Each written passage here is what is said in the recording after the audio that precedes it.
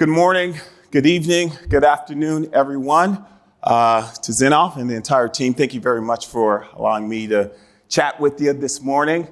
My name's John Henry. As you heard briefly, I lead a company called Chart to Heart. And our single goal at Chart to Heart is to partner with leaders, is to partner with executives, and to partner with people, in essence, to connect the dots between what you say you do, what you want to accomplish, what's important to you as a business, and the people who actually does that. So throughout my keynote today, we're going to spend some time getting a high level, just a very high level understanding of what that looks like. We're going to talk about discovering your glue, and when you discover your glue, how you can use that to actually make your business better. And so I want to start out here with what I call the knot of agreement. 2019, I was on stage in South America, one country, I won't call out that country, but I was in South America. And in the room, we had easily over 90 different senior leaders and executives. We go through a 2-day event. At the end of the 2-day event, we talked about all of our incredible value added initiatives, all of our strategic priorities, new technologies, new methods that we were going to take to market, and really just transform the different verticals that we were playing in. However, at the end of that event, there was a hand that was raised, and I saw this hand raised for quite some time. So I came to the point and I said, yes, how can I help you? And then the statement was made, John Henry, I hear you, but here they don't care about people. They only care about the numbers. I saw it in this room as well. What did I just see? I just saw the knot of agreement. Sometimes the knot of agreement is a bold yes. Sometimes it's the stare of agreement. It's like just blink twice and you agree. And so the reason why I bring this up is because I've told that story all over the world on 6 of the 7 continents, everywhere except Antarctica, because I have not been invited there. But when I tell that story, regardless of culture, regardless of industry, regardless of where you sit in the organization, there is a prevailing belief that in many industries and many enterprises, that's the reality, is that they don't care about people, but they care more about what they're doing or what they have to bring to market strategically. It's the knot of agreement. And so what I've discovered is that knot of agreement is an indication that there are perceived dichotomies that exist in every enterprise. What is a perceived dichotomy? Basically, there are these prevailing beliefs that if not managed, they can hinder strategic efforts. Why does this matter? Because we put a lot of time, a lot of focus in developing our strategies. We're going to put so much time and make millions of dollars of investment into different new products and trying to figure out how we can partner, how we can take all of these things to the different verticals in which we play. However, sometimes there are prevailing beliefs that can hinder those efforts. Why does that matter? Because beliefs create behaviors. I'll tell you a story. When I was a little boy, I got scratched by a cat. I'm now 41 years old. I know I look 14, but I'm really 41. And because I was scratched by a cat when I was a little boy, if you bring a cat in this room now, I would leave the stage and run through the doors because I believe that cats, when I see them, they're gonna scratch me. They're going to attack me. It can be the most precious, pretty little cat, but I have this belief based upon an experience that happened to me that will impact my behavior. Beliefs influence behavior. Within organization, often what happens is that we are trying to change behaviors because our strategy does matter. The numbers do matter.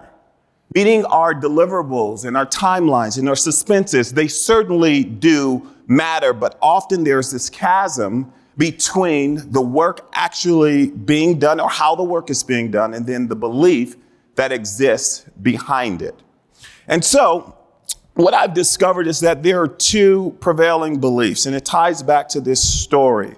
is that they don't care about people. They only care about the numbers. The numbers now can fall within the space of your strategy. Your strategy is, in essence, a lot of the things that we spend most of our time developing. We're going to make the investments in terms of how we can grow our revenue, how we can improve our profit margins, how we can be faster to get something to market, how we're going to better identify the different people that we want to partner with when we're considering merging, when we're considering acquisitions, all of the things that make a business we invest in, and we should. However, not at the expense of the human experience. In my travels around the world doing work like this, especially post-COVID, in a world where we are really trying to transform, not necessarily to keep up, but to catch up in some cases. Many companies were not ready for digitization. However, they figured out how to do it. And so in figuring out how to do that, or some are still on that journey, we still have the human component.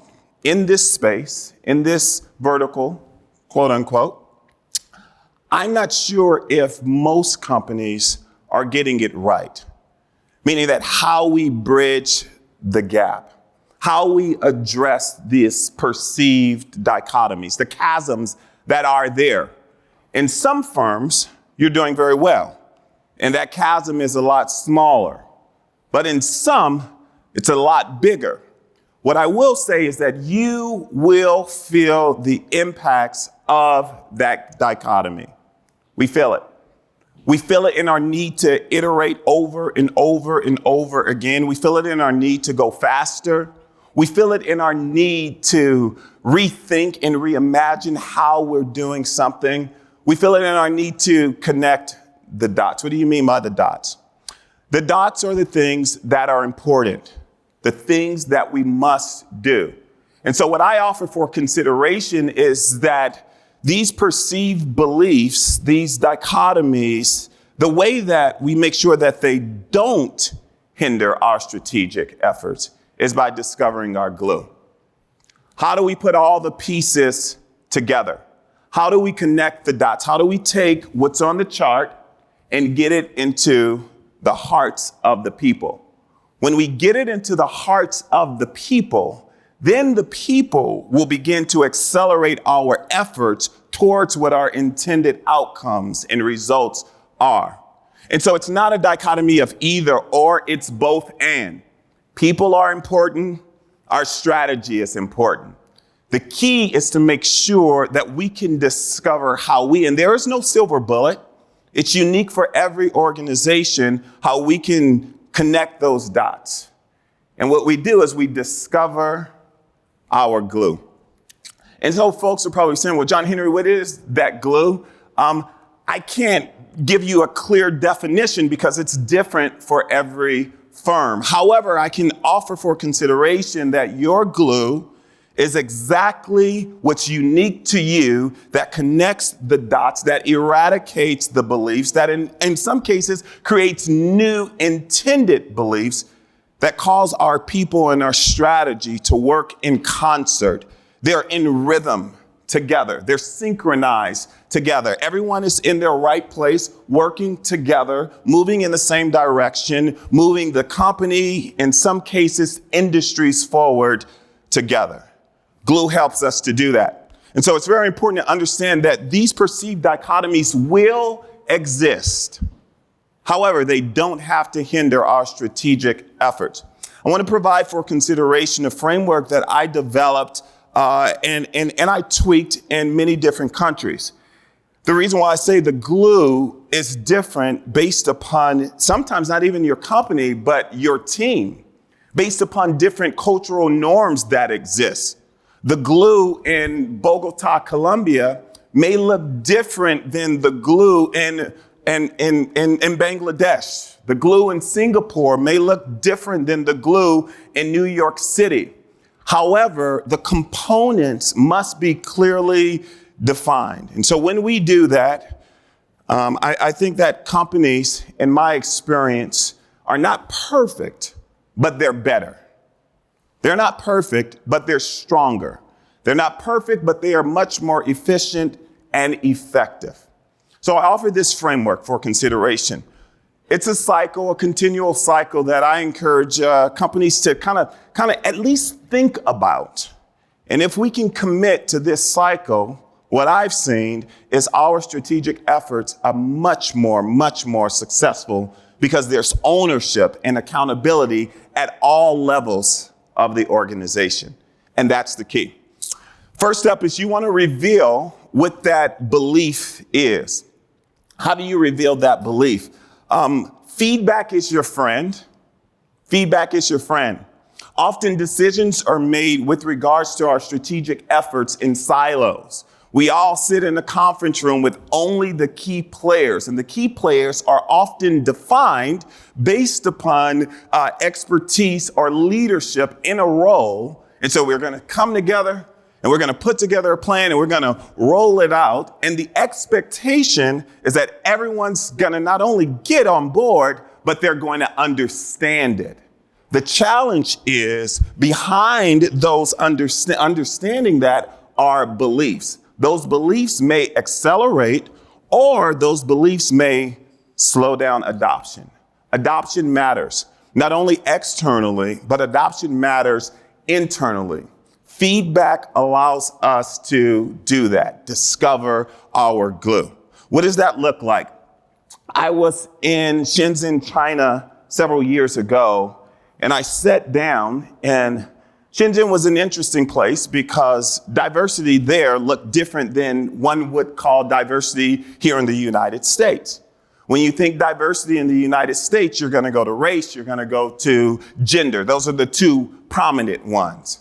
When I'm sitting in China, age diversity was the prominent component that we had to consider. And so sitting down and asking for feedback, the millennials, the Gen Zs, those folks who are my son's age were just blown away that I was asking them what they thought. And my mind was just blown. And so you had another generation of leaders who are saying to me, here's my French accent, oh, Jean, we will not understand what you're doing.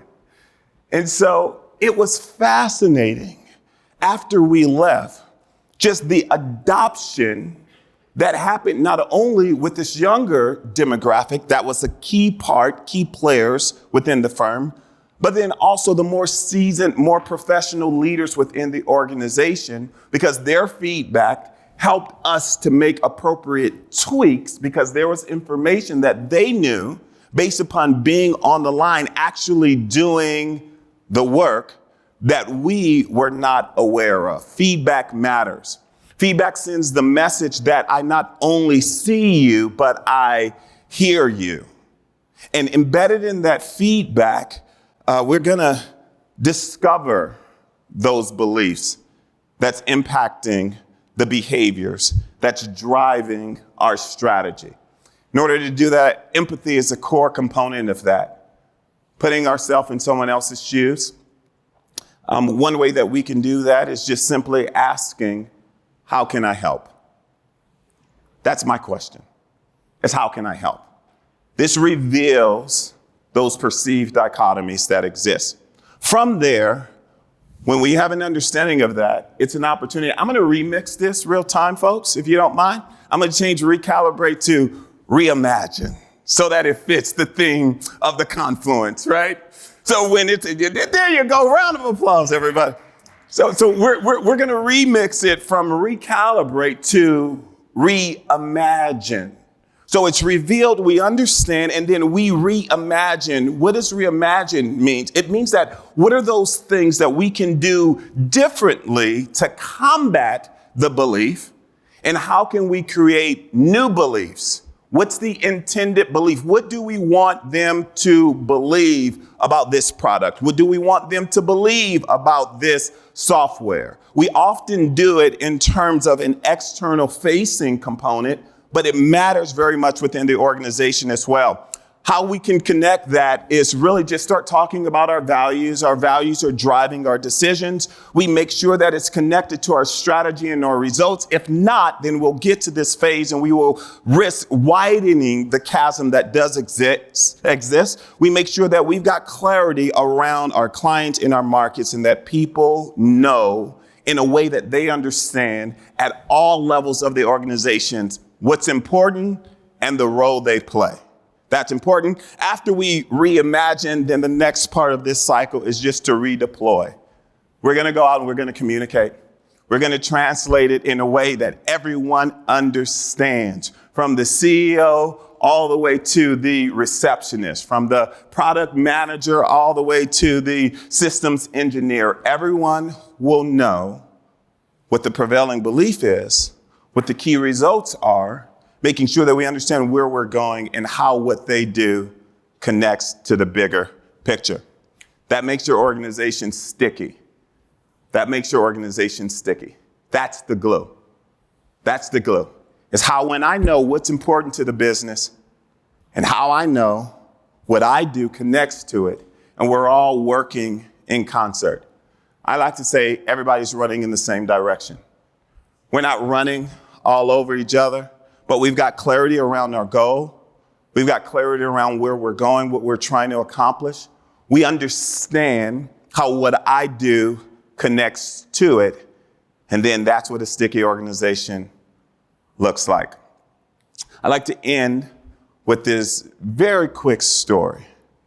I was once sitting in the south of France, and I was doing an engagement similar to this. And all of the senior leaders in the organization came and they were making assumptions about a certain priority. And I had already been to 3 or 4 different countries and got feedback about this priority. And all the key business leaders were just so jazzed and so amped and super excited that, yes, this is going to be our best year yet. However, there was a prevailing belief. And when I shared the prevailing belief, many of the senior leaders were distraught. I mean, that I don't understand. They were saying that I have my meetings. I sent an email. I did it this way. And I shared with them. But I talked to them. I listened to them. And this is the prevailing belief. As a result of that, we as senior leaders went back to the drawing board. We didn't change everything, but we did figure out how we can make it sticky. And we did that by taking what it is that's important for the business to grow, but then also understanding that behind every person that's running in this direction, behind every number, there's a human. And behind that human, there's a story. And that every story matters. And so the opportunity that we have is to take the stories of the people on the other side of the Zoom cameras, fancy up top, pajamas on the bottom, and connect their story with our overall company story. Then our organization is sticky and we're poised and ready to go forward. I want to push pause now and ask any questions or how can I help? I see questions in the room. Yes, sir. Do we have a... So, first of all, congratulations for this. It's the first time I heard something like this. And my question is that sometimes in the lifetime of an organization, you need gorilla glue. So you have normal glue for certain. In startups, is no problem. Everybody's enthusiastic. Did you ever study what type of glue you need when a company goes public or if a company gets financed by a private equity? Because these are two events which many times require special glues. Absolutely. Good. So the type of glue, excellent question. The type of glue matches the risk and the need of the business. If I go in and I'm trying to glue together 2 simple pieces of paper, I don't necessarily need Gorilla Glue. I can use Elmer's glue, right? Something that doesn't have to be as cohesive. But if I'm trying to mend together 2 pieces of wood per se, then I need something that's stronger. And so that's the reason why I say that glue isn't a silver bullet, But once we go into an organization and we partner with you to understand what's important and what the risks are as it ties to the overall strategy and the life of the business, then we determine exactly what we need to do there. So excellent question. There was another question? So it's more of a observation, and I don't know if you would have time to cover the answer of it. So in my experience, right, like this has worked really well when either the business model is growing or you are a small knit company, because then it's much, much easier to align, right, like and create that glue. But it becomes very dysfunctional when you reach beyond a certain point or your business model is not doing that well, right? Because we are all incentivized by the stakeholder value. So how do you view that in that, right? Like how should someone think about it? Like how does this glue needs to transform at that point? Yeah, absolutely. It's similar to a management style that was in a book, The 1 Minute Manager by Ken Blanchard. And what Ken Blanchard suggested is that there are different strokes for different folks. I'm going to remix it again because I like to reimagine. Depending on the priority, where the organization is, we would say emotional maturity, perhaps we call it the engagement maturity, or where that culture is, whether they're aligned, whether we're still trying to figure it out, whether we're going through a transformation. I think at that time, we have to have, the key is tailor-made glue, a tailor-made approach. Otherwise, what happens is that we can deploy one thing across the enterprise, but we still have a lot of these anomalies that are ambiguous out there. And that's going to impact the way we move forward as an organization. And so whether we're going through M&A, whether we're a larger organization, whether we're a smaller organization, I think it's extremely important to identify what the risks are, align those with the priorities, and then to develop a tailor-made approach so that no one, the key word is no one, is left behind.